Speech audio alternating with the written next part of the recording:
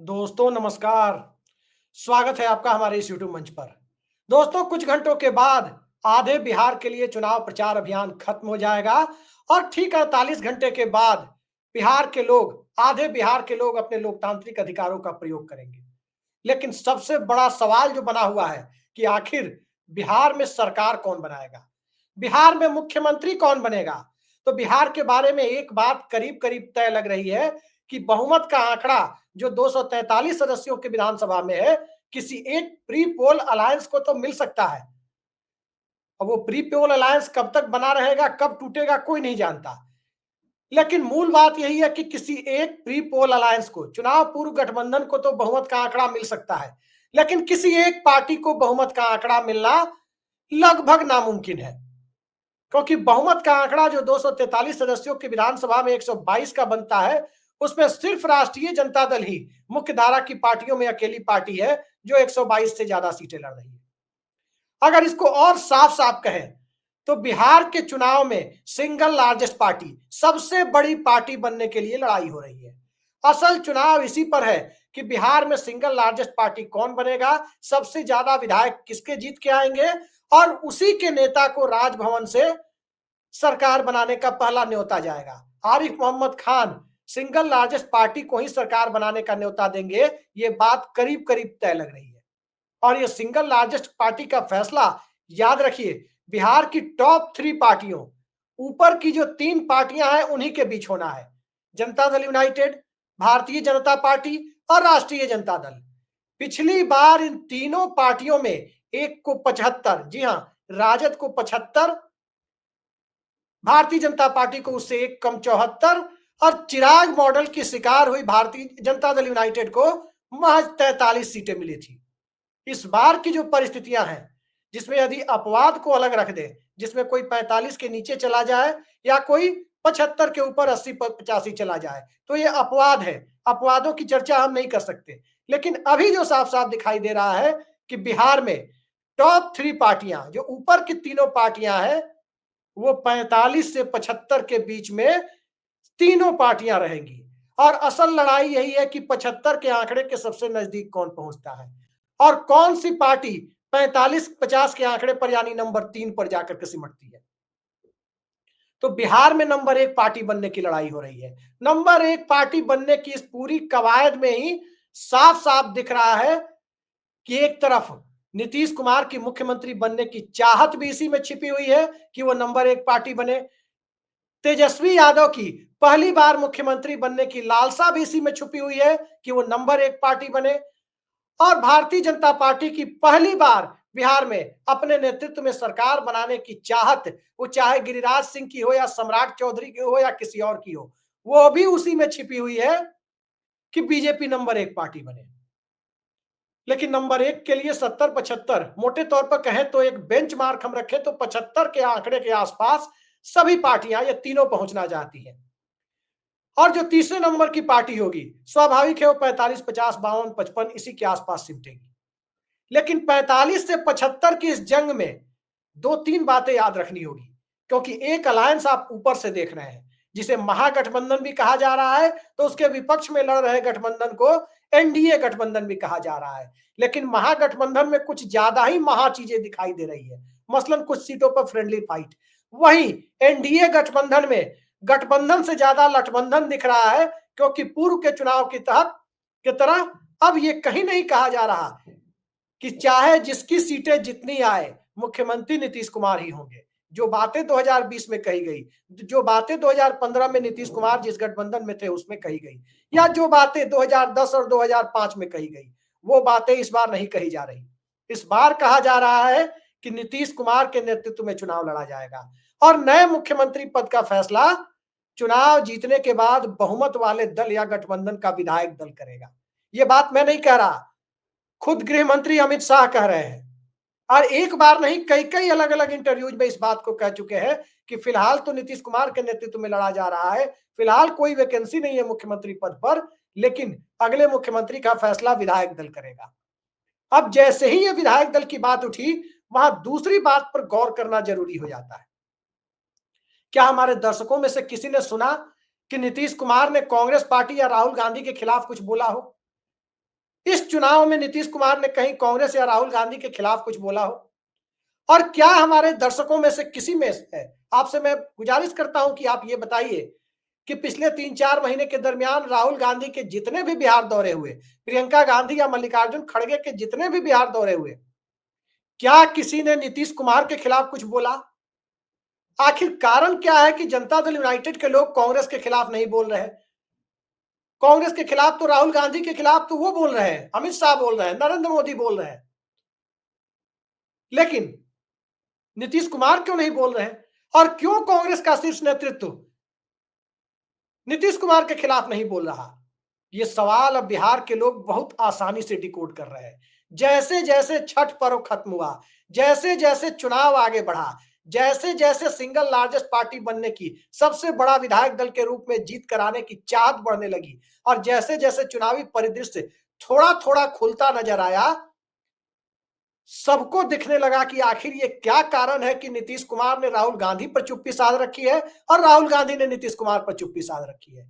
तो इसका कारण दरअसल नंबर एक पार्टी बनने की जद्दोजहद है।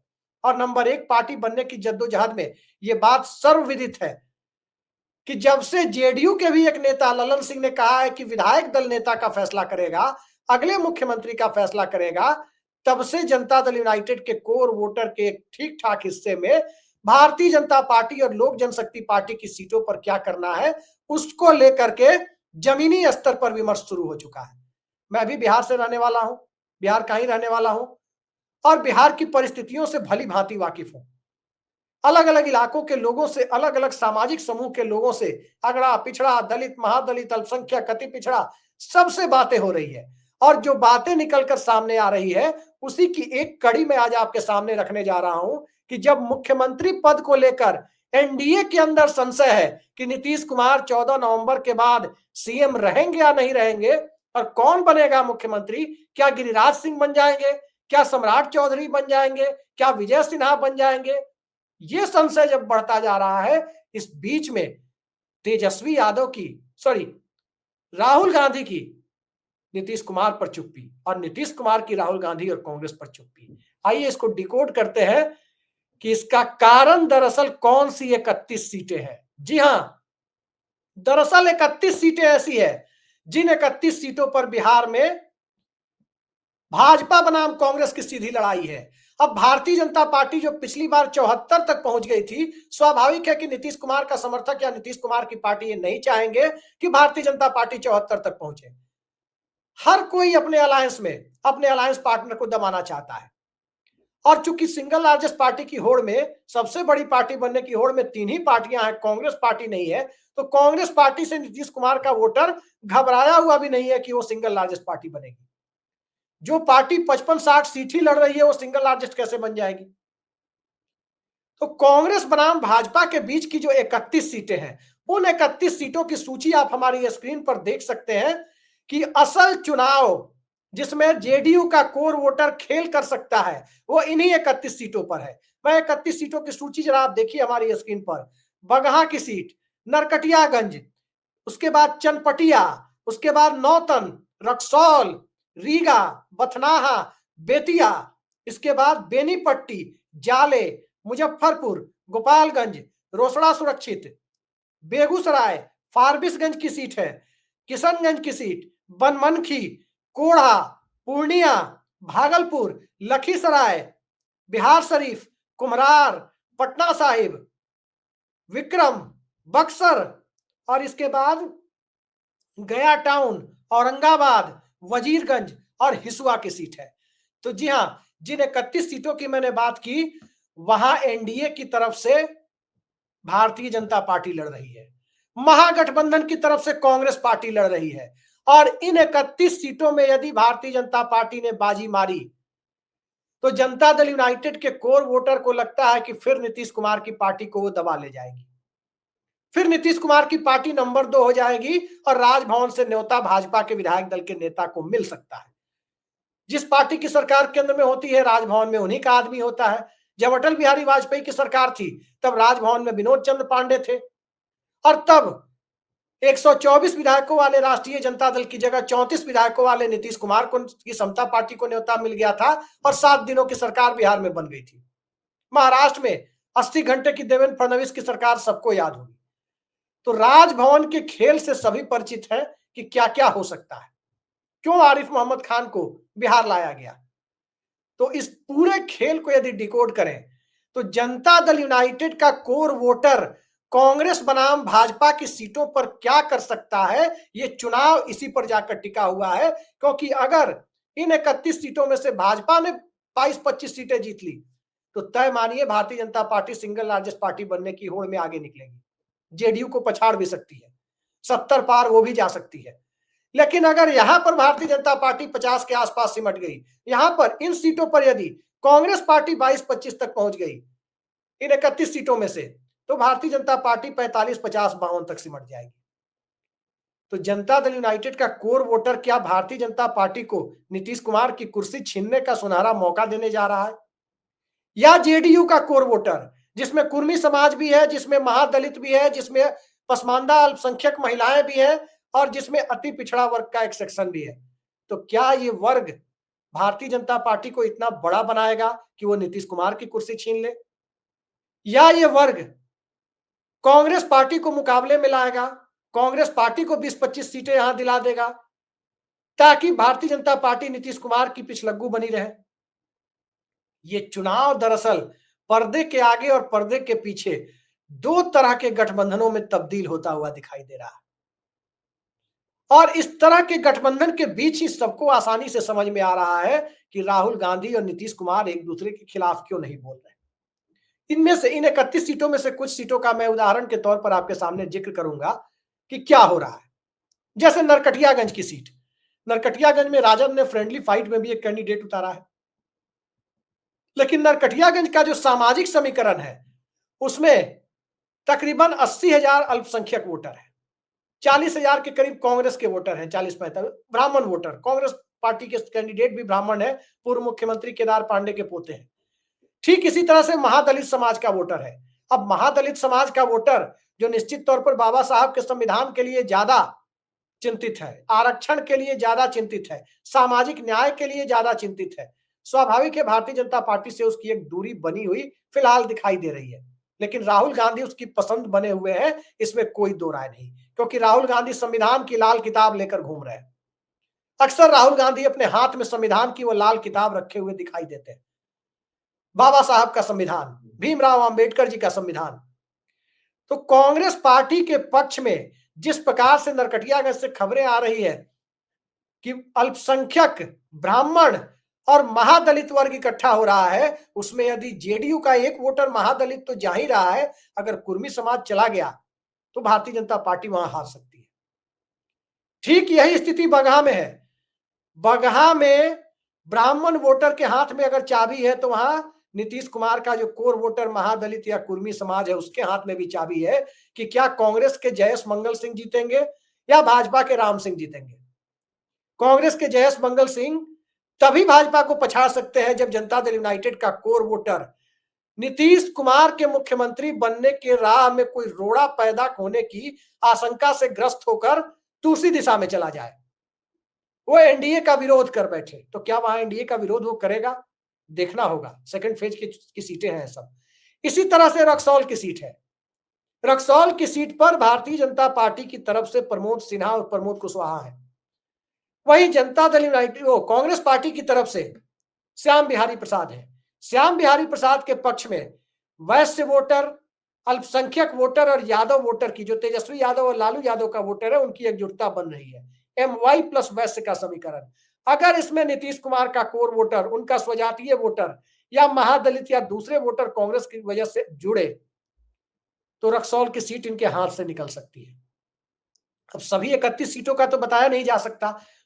नीतीश कुमार के गृह जिले की सीट का जिक्र करते हैं। उनके गृह जिले नालंदा का मुख्यालय है बिहार शरीफ। बिहार शरीफ की सीट पर कांग्रेस ने अल्पसंख्यक समुदाय के व्यक्ति को टिकट दिया है। वहीं भारतीय जनता पार्टी से सुनील कुशवाहा चुनाव लड़ रहे हैं, जबकि बिहार शरीफ की सीट पर साफ दिख रहा है कि उस सीट पर अगर बहुत बड़ी संख्या में जो कुर्मी समाज के वोटर हैं, नीतीश कुमार के स्वजातीय वोटर हैं, अगर कांग्रेस पार्टी का वहां अंदर खाने खेल कर दिया तो भाजपा के सुनील कुशवाहा के साथ बड़ा खेला हो सकता है। जाले की सीट है। पूर्व रेल मंत्री ललित नारायण मिश्रा के पोते ऋषि मिश्रा कांग्रेस के उम्मीदवार हैं। भारतीय जनता पार्टी के जीवेश मिश्रा से मुकाबला है। जीवेश मिश्रा ब्राह्मण है, जीवेश मिश्रा भूमिहार है और ललित नारायण मिश्रा के पोते ऋषि मिश्रा ब्राह्मण है। वहां पर अगर ब्राह्मण, दलित और अल्पसंख्यक समीकरण के बीच में अगर नीतीश कुमार का कोर वोटर हिला और भारतीय जनता पार्टी से 2020 का चिराग मॉडल का बदला लेने या नीतीश कुमार की पार्टी से बड़ी पार्टी न बन जाए, ये करने की नीयत से उतर गया, तो जीवेश मिश्रा को दिक्कतें हो सकती है, क्योंकि वहां के जातीय समीकरण में वो मिसफिट तो है ही, बस उनके लिए उग्र हिंदुत्व ही एकमात्र रास्ता बचता है। लेकिन बिहार की सरजमीन पर उग्र हिंदुत्व की कोई गुंजाइश फिलहाल दिखाई नहीं दे रही। कई सारी सीटें ऐसे जिक्र की जाए जिसमें साफ दिखाई देता है कि नीतीश कुमार के कोर वोटर, मसलन मुजफ्फरपुर की सीट है, मुजफ्फरपुर की सीट पर भी साफ दिखाई दे रहा है कि पिछली बार की तरह विजेंद्र चौधरी इस बार भी बाजी मार जाए तो किसी को आश्चर्य नहीं होना चाहिए। रीगा की सीट पर भी साफ दिखाई दे रहा है कि जिस प्रकार से रीगा की सीट पर तेली समाज से आने वाले मोतीलाल प्रसाद का टिकट काटकर सूढ़ी समाज से आने वाले व्यक्ति को टिकट दिया गया है और तेली समाज से आने वाले व्यक्ति के, तेली समाज के वोटर्स के बीच में चाबी चली गई है और उसके साथ साथ कुर्मी समाज के वोटर भी यदि कांग्रेस के अमित कुमार सिंह टुन्ना के साथ चले गए तो भाजपा के साथ दिक्कत हो सकती है। यही स्थिति बेगूसराय में भी है, तो यही स्थिति कमोबेश बेनीपट्टी में भी है, सीमांचल की सीटों पर भी यही स्थिति है, वजीरगंज और हिसुआ में भी यही स्थिति बनती हुई दिखाई दे रही है।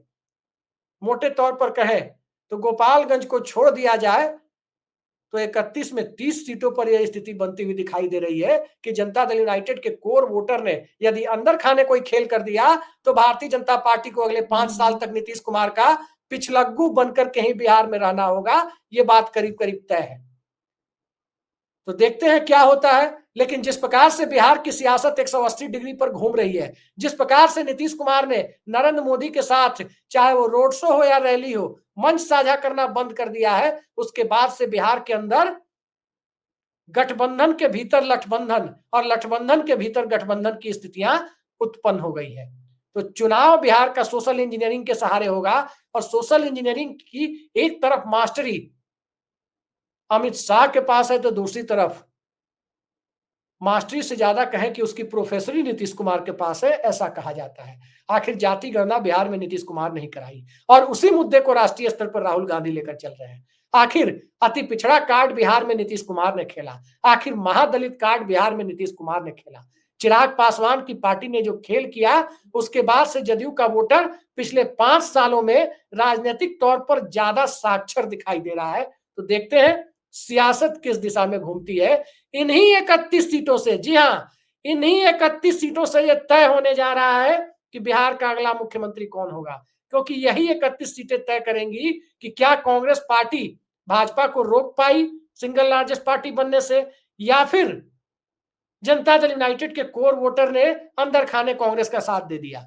मुझे नहीं पता क्या होगा, लेकिन जो चर्चाएं हैं, थोड़े कहे को ज्यादा समझिए, वो एनडीए और भारतीय जनता पार्टी के लिए चिंताजनक होती जा रही है। और इसलिए चिंताजनक होती जा रही है क्योंकि बिहार में नीतीश कुमार ने मंच साझा करना बंद कर दिया और नीतीश कुमार के बतौर अगले सीएम 25 से 30 फिर से नीतीश, ये ऐलान एनडीए के शीर्ष नेतृत्व ने नहीं किया है। तो देखते जाइए आगे आगे क्या होता है। आज के लिए इतना ही। नमस्कार।